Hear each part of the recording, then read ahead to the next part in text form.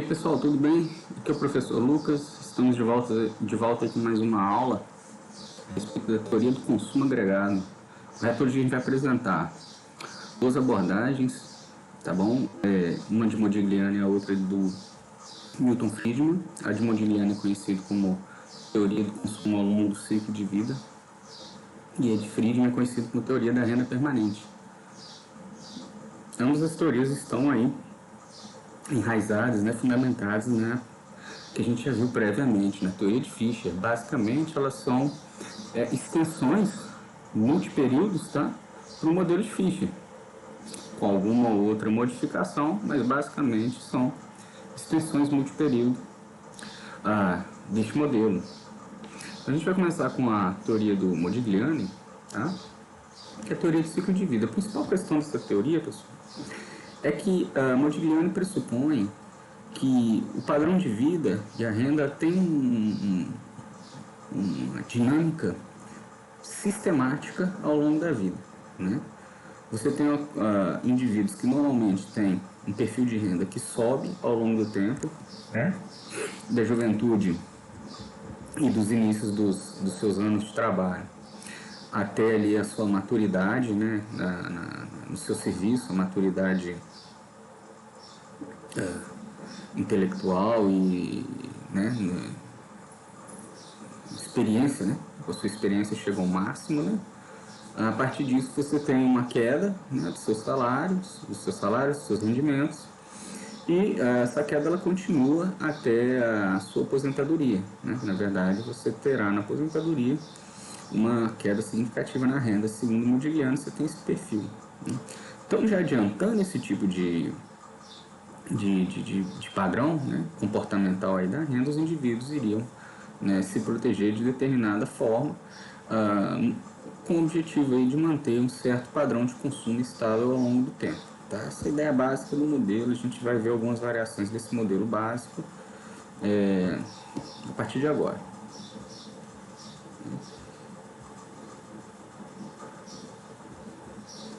Vamos lá, a gente já comentou. O modelo de Modigliani, pessoal, ele pode ser desenvolvido de uma maneira bem simples. Tá? Essa é uma versão muito simplificada da sua abordagem, né? Mas vamos lá. A gente vai supor o indivíduo, né? Supõe o indivíduo que ele espera viver T anos daqui para frente. Ele tem alguma riqueza inicial dada e ele irá trabalhar por R anos, né? Claro, R menor que T.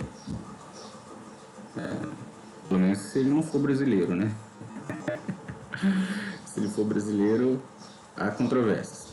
Brincadeiras à parte, digamos que ele espera receber, né, ao longo de cada período que ele trabalha, a renda de Y, tá certo? Até quando ele se aposenta e ele não terá renda nenhuma. Então, qual é o seu somatório de recursos ao longo da vida, né? A riqueza inicial mais o que? R anos vezes Y, correto? Vamos assumir, inclusive, que a taxa de juros é igual a zero, tá, pessoal? Para facilitar os cálculos. Só para facilitar os cálculos. Introduzir as taxas de juros e introduzir uma complexidadezinha maior no cálculo, mas não muita coisa em termos de diferença de conclusão. Vamos imaginar ainda que o agente ele procura suavizar o consumo, né? Ou seja, ele pretende, né, consumir a mesma quantidade em cada período do tempo. Portanto, ele vai consumir em cada ano, né, uma fração 1 sobre T, que é a sua expectativa de vida, de todos os seus recursos do ciclo de vida, né, que é W mais RY. Portanto, desmembrando, olha, nós temos o que? O consumo é 1 sobre T da riqueza inicial, mais R sobre T de Y. Genericamente, a gente tem consumo como uma função alfa W mais beta Y, onde alfa, tá, é menor do que beta, veja bem, 1 sobre T é menor do que R sobre T. Então, isso é uma conclusão do modelo. Tá? E alfa é a proporção marginal a consumir da riqueza, né? Ou seja, sempre que os agentes têm uma elevação na riqueza, eles consomem uma fração maior, né, eles aumentam o seu consumo, mas a propensão marginal a consumir da riqueza é inferior, é bastante pequena, porque quando a riqueza aumenta, você dilui isso ao longo de vários períodos, né? E beta, a propensão marginal a consumir da renda que ele espera receber ao longo de toda a vida. Né?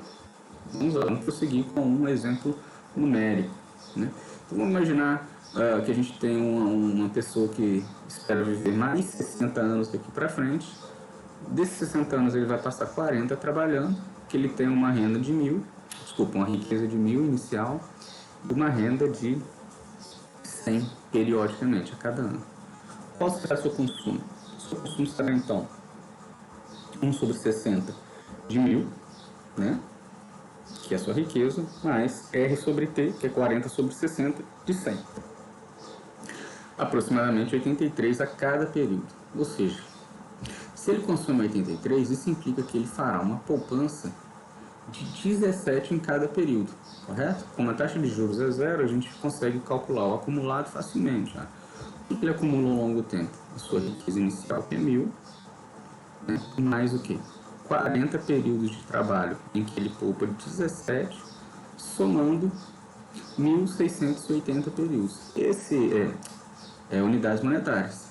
Esse valor, dividido pelos 20 anos restantes que ele espera viver, nos dá aí um total de consumo de 84, ou seja, similar ao que a gente tinha antes da aposentadoria. Né? Essas diferenças aqui se devem a arredondamentos, correto?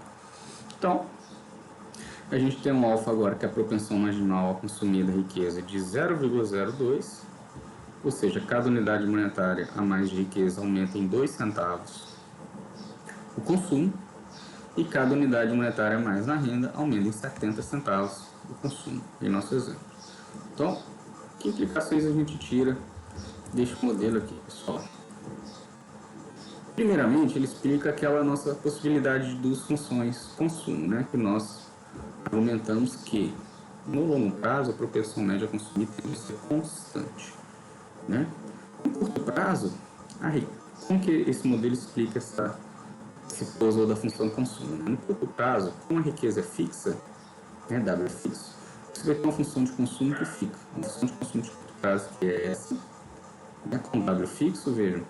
Quando você tira aqui o consumo médio, você vai ter beta, né, C sobre Y, beta, mais alfa W. Então essa parcela aqui é constante. Logo, sempre que a renda aumentar, o consumo médio cai. Sempre que a renda for reduzir, o consumo médio aumenta. Então você tem o quê? Indivíduos com maior renda consumindo proporcionalmente menos, indivíduos com menor renda consumindo proporcionalmente mais.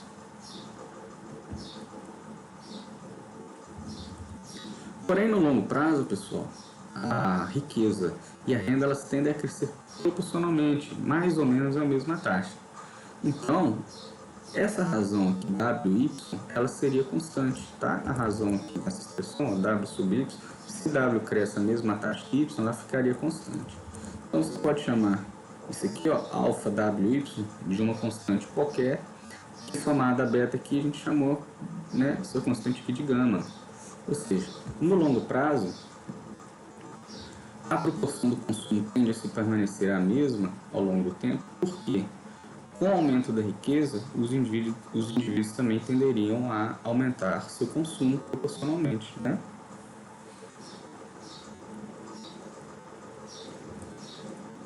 Ou seja, a riqueza mais elevada aumentaria as necessidades de dispêndios, por exemplo, com manutenção, né, de residências, com manutenção de carros, com, né, o crescimento aí da família, com o estudo da família, né, e etc.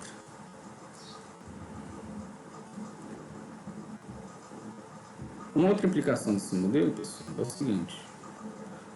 Ou seja, a gente tem uma propensão marginal a consumir constante em longo prazo, viu? No modelo de ciclo de vida também. Ele prevê variações sistemáticas da poupança. Ele diz, olha, que a poupança dos jovens seria, ou pelo menos na juventude, seria maior que a poupança dos idosos. Como que ficaria o diagrama aqui, o gráfico? Né? Você tem o seguinte, veja bem que aqui a gente determinou um nível de consumo, né? No caso ali, no nosso exemplo numérico, era em torno de 83.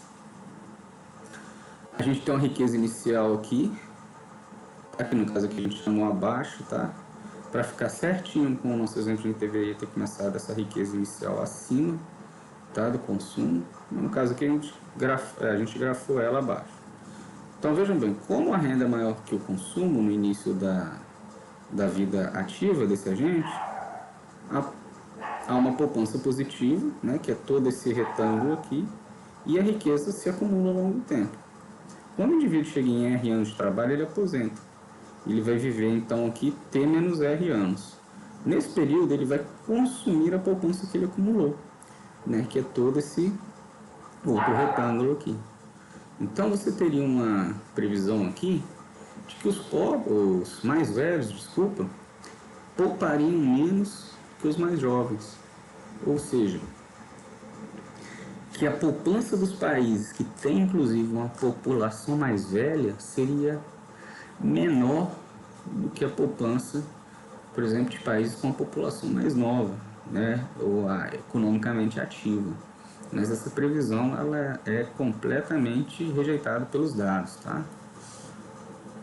Não necessariamente, e muito pelo contrário, a poupança das pessoas mais velhas cai, né?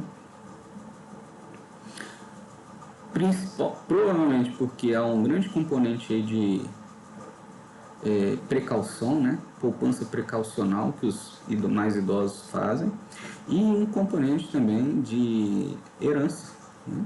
Que esse modelo desconsidera. Então, os idosos, as pessoas mais velhas, podem escolher não consumir toda a poupança porque elas pretendem deixar parte dessa poupança para seus descendentes. Né? Então, a gente não vê esse movimento aqui, esse padrão sistemático, ele não é visto na prática, apesar dele ser previsto aí pela teoria do ciclo de vida.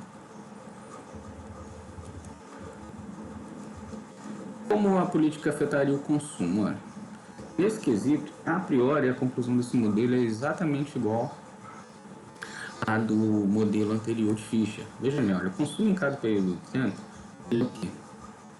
A riqueza inicial, uma fração T, né? Uma fração que T da riqueza inicial, da renda de hoje, mais da renda dos próximos anos acumuladas aqui, né? De toda a renda do próximo ano.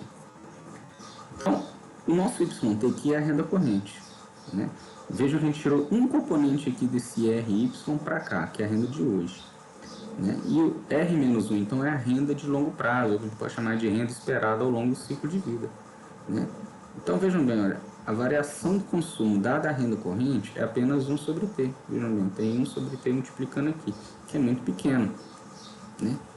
A variação do consumo em função da renda do ciclo de vida é bem maior, R-1T. Então, pessoal, uma variação, a priori, uma variação na renda corrente, ela teria muito pouco efeito sobre o consumo, né? Porque ela tenderia novamente a ser suavizada ao longo do período de vida. Porém, você tem pode ter uma situação seguinte, que talvez os agentes, com a argumentação de Modigliani, viu? Os agentes podem estimar que sua renda de longo prazo ela seja mais ou menos proporcional à renda corrente. Que situação você teria isso, pessoal? Você pode estimar, por exemplo, que uma pessoa que tem uma renda estável, uma renda bastante certa, ela pode estimar que qualquer aumento na renda corrente seja também um aumento da renda de toda a vida. Né? Ou uma pessoa que, por exemplo, ela não tem muita instrução, ela trabalha tendo que receber aí o salário mínimo, digamos. Ela pode imaginar que os aumentos no salário mínimo, os aumentos reais do salário mínimo, sejam aumentos da renda que ele terá ao longo da vida também, porque ele não tem muita perspectiva de aumentar, né, seus rendimentos, né, seus salários. Então, em algumas situações, essa hipótese pode ser plausível. Se você tem que a renda esperada, né, é proporcional à renda corrente, né, essa proporção aqui 1K maior que zero, você substitui esse valor aqui em cima, né? A gente chama isso de tudo de renda esperada ao longo da vida. Você substitui ela com a proporção K da renda corrente. Então agora a gente teria, né, que o efeito marginal do consumo, do efeito marginal da renda sobre o consumo é o quê? 1 sobre T mais K mais 1, né? 1 sobre T mais K mais 1, que ele argumenta ser aproximadamente 0,8. Tá? Que é realmente a argumentação de Modigliani é o seguinte, ó, Como muitas pessoas estimam que a renda corrente é um bom indicador da renda de longo prazo, ainda assim há um impacto importante da renda corrente sobre o consumo, da ordem de uma propensão marginal a consumir de 0,8, ou seja, cada aumento de uma unidade na renda corrente geraria um aumento de 0,8 unidades no consumo. Então, a explicação, né, que Modigliani utiliza para justificar um alto impacto da renda corrente sobre o consumo seria, né, uma explicação adicional de que os agentes utilizam a renda corrente como um indicador, né, um preditor da renda futura. Né? Aí, nesse sentido, as políticas fiscais ainda têm um alto impacto sobre a economia. A política monetária ela ainda pode afetar a economia, pessoal, por um outro canal, né? Por dois canais. Né? A política monetária pode afetar a economia flexibilizando as condições de crédito, né? E aumentando o dispêndio com o consumo. E, além disso, quando a política monetária reduz os juros, ela tende a aumentar o valor das riquezas, principalmente das riquezas financeiras, né? Se você tem títulos públicos ou ações de empresas, quando a taxa de juros cai, esses ativos passam por uma valorização. Isso tenderia a produzir também um pequeno efeito sobre o consumo, tá bom? Então, isso é basicamente a teoria do ciclo de vida, do consumo ao longo do ciclo de vida de Modigliani. Passando aí para a teoria da renda permanente de Friedman, né, você tem também uma extensão multiperíodo, né, do modelo de Fischer, só que Friedman não assume qualquer padrão sistemático na variação da renda. Pelo contrário, ele admite que a renda ela pode ser decomposta, tá, em dois componentes. Um componente que a gente chama de renda permanente, né, e outro componente que a gente chama de renda transitória. Então, nós temos aqui a renda permanente. É um somatório de componentes. A renda corrente é um somatório do seu componente permanente e do seu componente transitório. O que acontece? Friedman argumenta que a renda permanente, pessoal, essa noção, esse conceito de renda permanente é um conceito de renda de longo prazo, né? Uma medida da expectativa de renda que o agente prevê, né, que irá oferir ao longo da sua vida, certo? Ela pode não ser igual à renda de hoje. Por exemplo, um indivíduo que está estudando para ter uma profissão futura, ele vai ter uma renda corrente menor do que a sua renda futura. Mas essa estimativa que ele tem da renda futura impacta a sua estimativa da renda permanente. O componente Y ele é mais transitório, mais envolvido a choques. Né? A gente espera, na média, esses choques sejam zero. A expectativa do componente transitório é zero. Né? Ou seja, ao longo do tempo, como o componente transitório é relacionado a choques, você espera que esses choques positivos se compensem com choques negativos. Né? Então, a renda permanente, pessoal, ela teria mais ou menos um formato dessa forma. Esse formato em que você tem uma riqueza inicial, né? Pode ter ou não, pode ser zero ou não, tá? Pode ser positivo ou negativo. Não necessariamente você vai precisar adquirir ela no primeiro período também. Ela pode aparecer em qualquer subscrito de tempo aqui, né? Mas o que?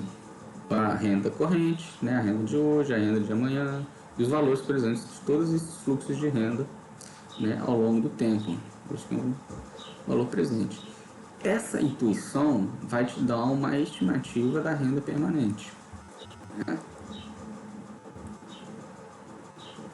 Então, a hipótese da renda permanente de Friedman, ou a teoria da renda permanente de Friedman, é a seguinte: olha, que o consumo hoje ele é uma proporção beta, né, uma propensão marginal a consumir beta da renda permanente. O indicador de renda relevante para a determinação do consumo, segundo Friedman, é esse conceito de renda permanente. Beta entre 0 e 1 aí seria esse, podendo ser inclusive 1, né? É essa propensão marginal a consumir da renda permanente. O que a gente tem de relevante aqui, pessoal? Somente mudanças na renda permanente afetariam o nível do consumo relevantemente, tá? De maneira relevante. As alterações transitórias, tá? Os choques em YT, os choques nas rendas correntes, que seriam não antecipados, digamos, você tem uma estimativa de renda corrente para esse ano, né? De sua renda para o ano que vem. Se você recebe boas notícias de renda, algum abono, alguma outra informação, talvez até um ganho totalmente inesperado na loteria, você tenderia a suavizar, né, esses ganhos e perdas ao longo do tempo para que o seu consumo ficasse mais ou menos constante, né? Vejam ainda então, olha, que a gente tem o quê? Uma poupança que a gente pode definir como o excedente aqui da renda sobre o consumo, né? Se a gente substituir a teoria da renda permanente nessa expressão, nós vamos ter que a poupança é a renda corrente menos beta renda permanente. Então, a taxa de poupança, vejam bem, quanto que o indivíduo poupa é 1 menos beta o quê? Renda permanente sobre renda corrente. O que acontece? Olha, se você tem um choque positivo na renda, a renda corrente é maior que a renda permanente, logo essa fração aqui cai, né? Essa fraçãozinha aqui vai cair e a taxa de poupança aumenta, né? Como isso aqui aumenta, como o Y cai, tudo isso aqui reduz e a taxa de poupança então vai aumentar. Conclusão, sempre que há um choque positivo na renda, a taxa de poupança sobe. O contrário acontece com o choque negativo. Mas se você tem um choque negativo na renda, a renda hoje é menor do que a sua renda permanente, você vai ter um aumento, né, da fração YP sobre Y e, consequentemente, a taxa de poupança vai cair. Vendo? Se aqui reduz, olha, se Y reduz, essa fração aqui vai subir, logo a taxa de poupança, que é o excedente aqui, ó, vai reduzir. O que se diz então, pessoal? Que na teoria nesse tipo de teoria, a poupança é um amortecedor de choques, né? A gente faz poupança para os tempos ruins. Sempre que você tem um choque positivo, grande parte desse choque da renda vai para a poupança, para você ir diluindo ele ao longo dos tempos, ou na expectativa de ter um choque negativo, você já tem uma reserva, né? Então a poupança seria esse amortecedor de choques, correto? A hipótese da renda permanente, pessoal, quais são as implicações dessa teoria então? Nós temos que a hipótese da renda permanente, ela também explica o uso das duas, né, o quebra-cabeça das duas funções de consumo, né? C sobre Y, que é a propensão média a consumir, é beta sobre YP vezes YP sobre Y. Correto? Só a gente ir lá a função de consumo de Friedman e dividir pela renda corrente. No curto prazo, YP e Y, eles podem ser diferentes, né? Sempre que a renda for maior, você vai ter um consumo médio menor. Sempre que a renda cair, você vai ter um consumo médio maior. Então, o consumo médio ali é inversamente relacionado com a renda corrente. Se tem um choque positivo na renda corrente, você tenderia a ter um consumo médio menor. Se tem um choque negativo na renda, você tenderia a ter um consumo médio maior. No longo prazo, contudo, a gente tem uma convergência de Y para YP, né? A renda ela converge para o seu valor da renda permanente. Então, você cancelaria esses dois termos e a gente tem uma função de produção que tem uma propensão média a consumir constante no longo prazo também. A principal conclusão da teoria de Friedman, pessoal, terminando a nossa aula, é que as políticas monetárias, as políticas fiscais e monetárias, tá? As políticas econômicas de uma maneira geral, elas só terão um efeito sobre o consumo, um efeito forte sobre o consumo, relevante, se elas afetarem a estimativa da renda permanente. Então, políticas transitórias teriam um efeito transitório sobre a renda e um efeito, portanto, um efeito muito pequeno sobre o consumo, se é que terão algum efeito sobre o consumo. Então, baseado na teoria da renda permanente, Friedman questiona, tá, a potência das políticas para estimular a economia via consumo, né? A teoria da renda permanente, pessoal, ela passa ela conta outra história, né? Como o consumo depende da renda permanente, ele vai ser muito mais influenciado pelos parâmetros estruturais da economia, né, pela taxa de poupança da economia, pela taxa de progresso técnico, pelo nível educacional, pelos parâmetros institucionais.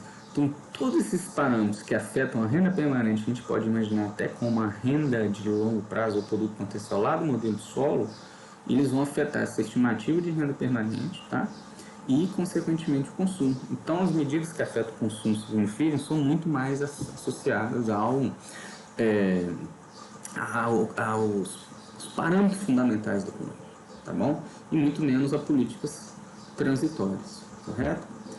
Isso é a visão de Friedman, né? Mas na prática nós temos que a renda corrente ela afeta muito ainda o consumo, mesmo que a renda corrente tenha pouca relação com a renda de longo prazo, tá certo? Então na prática a gente tem ainda o que a gente chama de excesso, né, de resposta do consumo à renda corrente. Nós já passamos várias respostas para esse tipo de questão. Uma é a regra psicológica de Keynes, tá bom? É uma opção. A outra opção é a questão de sérias restrições à liquidez e séria assimetria informacional que atrapalha a canalização de crédito na economia, tá? A outra questão foi levantada, né, pelo próprio Modigliani, dizendo que na prática os indivíduos estimam a renda de longo prazo como um valor muito próximo da renda de hoje, né? Isso está muito associado com o que a gente chama de teoria comportamental do consumo, tá? Que vai mostrar que as estimativas de renda de longo prazo e de cálculo de variação do consumo em função da renda, normalmente a gente, em vez de usar um cálculo complicado de estimar a renda de longo prazo, utiliza uma regra de bolso muito mais simples, a gente minimiza esse custo computacional, tá? E essas questões elas são muito importantes, pessoal, porque a gente precisa entender isso bem, qual que são os fatores, ou qual é a força de cada um desses fatores na explicação do comportamento do consumidor para uma boa formulação de política, né? Que o desenho de política mais adequado ele vai depender de qual desses fenômenos impacta mais sobre as decisões de consumo, correto? Então, com isso a gente fecha, tá? As teorias do consumo, as principais teorias do consumo. Você tem ainda, neste mesmo capítulo que a gente está estudando, que é o capítulo de consumo do livro do Mencken, uma teoria adicional, que é de Robert Hall, né? Que é consumo com incerteza, que basicamente é uma generalização da teoria da renda permanente. Quando a gente não tem certeza, né, das variáveis futuras, então ele forma expectativas, correto? Então você vai ter o resultado de que o consumo segue um passeio aleatório segundo a teoria de Hall. Se o consumo segue um passeio aleatório, a questão de influenciar o consumo fica ainda mais complexa, que o consumo só seria afetado por mudanças não antecipadas das políticas econômicas. Então, além de se você ter aí você chega a uma situação seguinte, que políticas transitórias, elas não têm quase nenhum efeito sobre a variação do consumo, que elas deveriam ser não antecipadas e ainda afetar a renda permanente. Com isso não vai ser, provavelmente não vai ser a verdade. Hall, né, ele é mais um autor que entra para o lado da teoria que defende que o consumo é pouco afetado pelas políticas macroeconômicas, tá? Então, se o consumo ele varia de acordo com o passeio aleatório, ele teria um valor esperado que é constante ao longo do tempo, e só alteraria esse valor esperado se houvesse um choque de política não antecipado, completamente não antecipado, correto? Então, beleza, pessoal, vamos ficar por aqui. Na próxima aula a gente vai tratar aí da teoria do investimento agregado, né? Apresentar algumas teorias sobre o investimento agregado. Até mais e até a próxima aula.